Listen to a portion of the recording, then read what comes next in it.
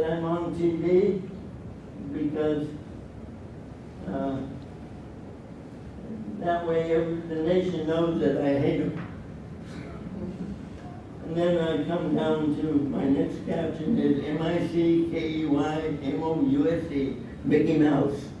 And I go there, and then I keep saying, the band plays on, because this charade just goes on.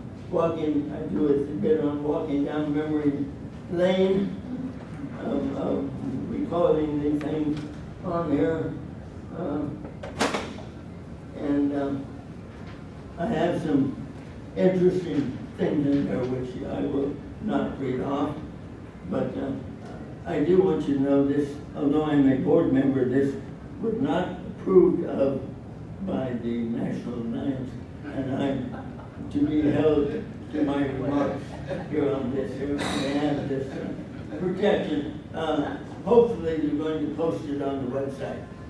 But I go into some other details and some testimony that I did about POWs, 1205 document, nuclear mitochondrial DNA testing versus what Selhide refuses to adopt as nuclear DNA testing.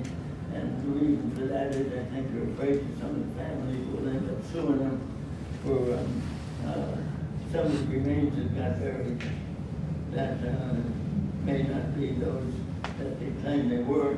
And I identify in there one case of a missionary lady who got captured along with two other missionaries in 1962. They disappeared. Selhide comes up with a set of remains that they claimed was, we tested positive, identified that these were Dr. Vietti, and they notified the family. They sent the remains to the family for burial, but little did they know that Dr. Vietti had a twin sister.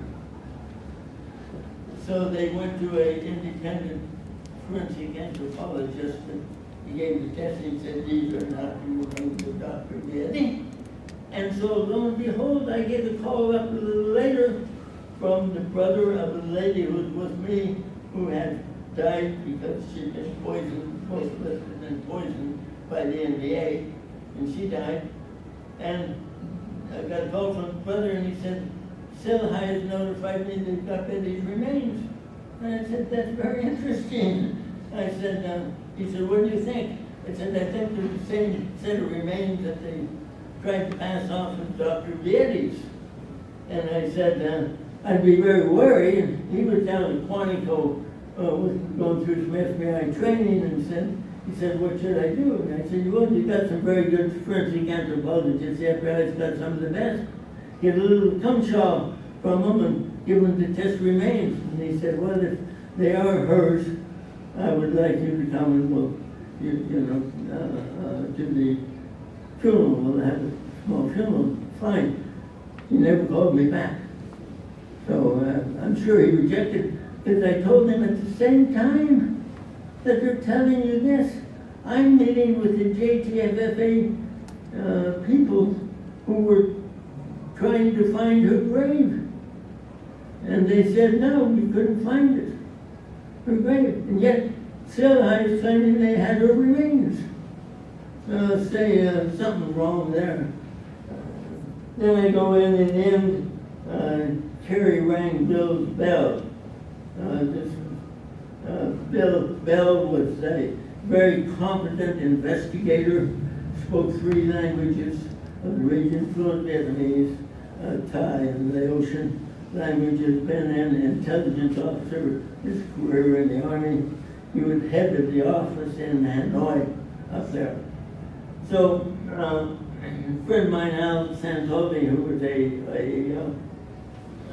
staffer for Senator Bob Dornan, and I talked with Kerry and said, hey, Bill Bell's got some evidence here. I think it's pretty pertinent to the investigation.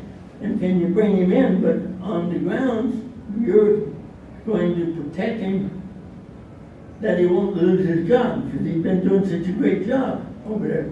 Kerry with the backdrop of his medals that he claimed that he threw over the White House fence was behind him, including his 3 Band-Aid Purple Hearts. They're hanging on the wall. And he promised him, oh yeah, I'll give him protection and have immunity, right? He testified. Bill went to get on the plane to head for Hanoi. He was fired. And so I talked about Bill Bell, and I said the only real investigator that they ever had, and they're very competent. Then I know I'm probably overrun my time. I'm probably using up some other people's time. I could go on, but it would be just ad nauseum. I have the thing about the U.S. walking K, another satellite imagery, and that was a distress signal by a pilot. It took 4 years for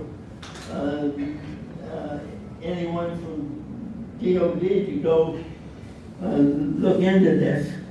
This was, and the claims were that this farmer boy was illiterate. His father had gotten one of these airgrams from the U.S. that had the stamp already on the USA, and he had copied it. He had a thing with artistic initiative, and he went out and copied this and built this walking K.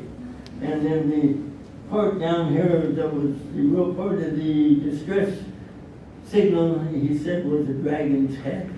And he was doing this. I mean, even the local officials, Lao officials, were amazed at this. But I think I just said horse pucky.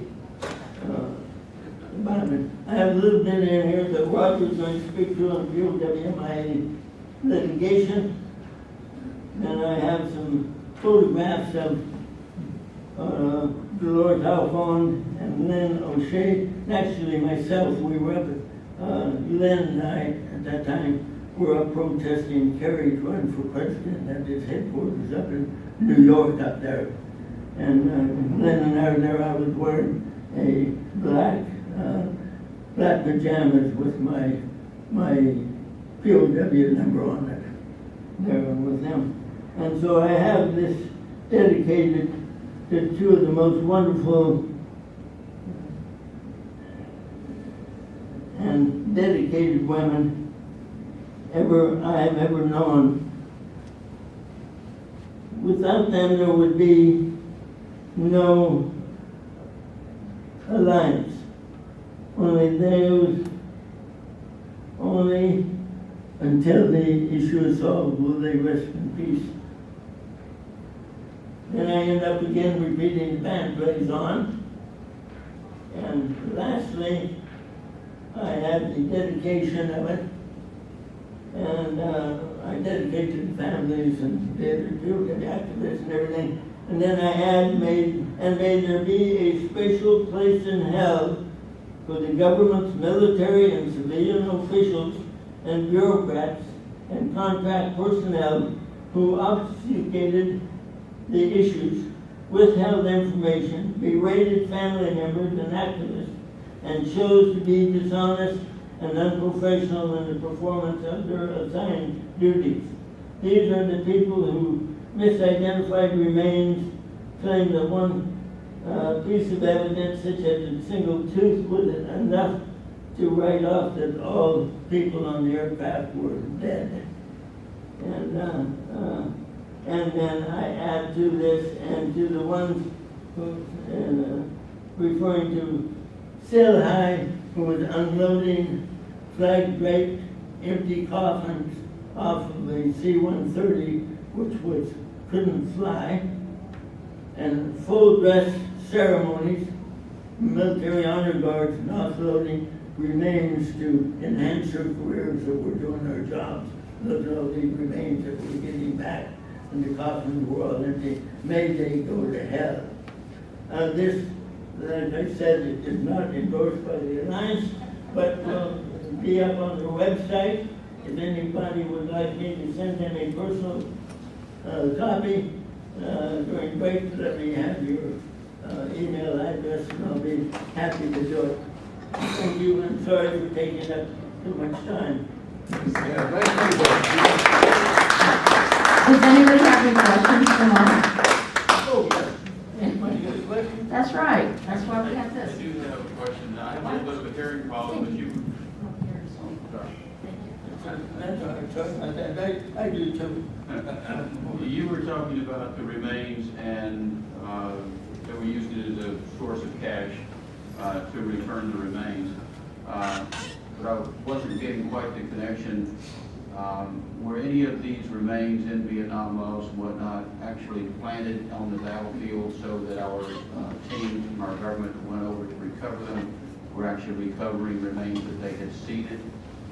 Yes, but only after they searched the sites maybe half a dozen or a dozen times. Recently I got an email of where they were searching for this 9, what we call it, digs for the remains, and they finally found remains.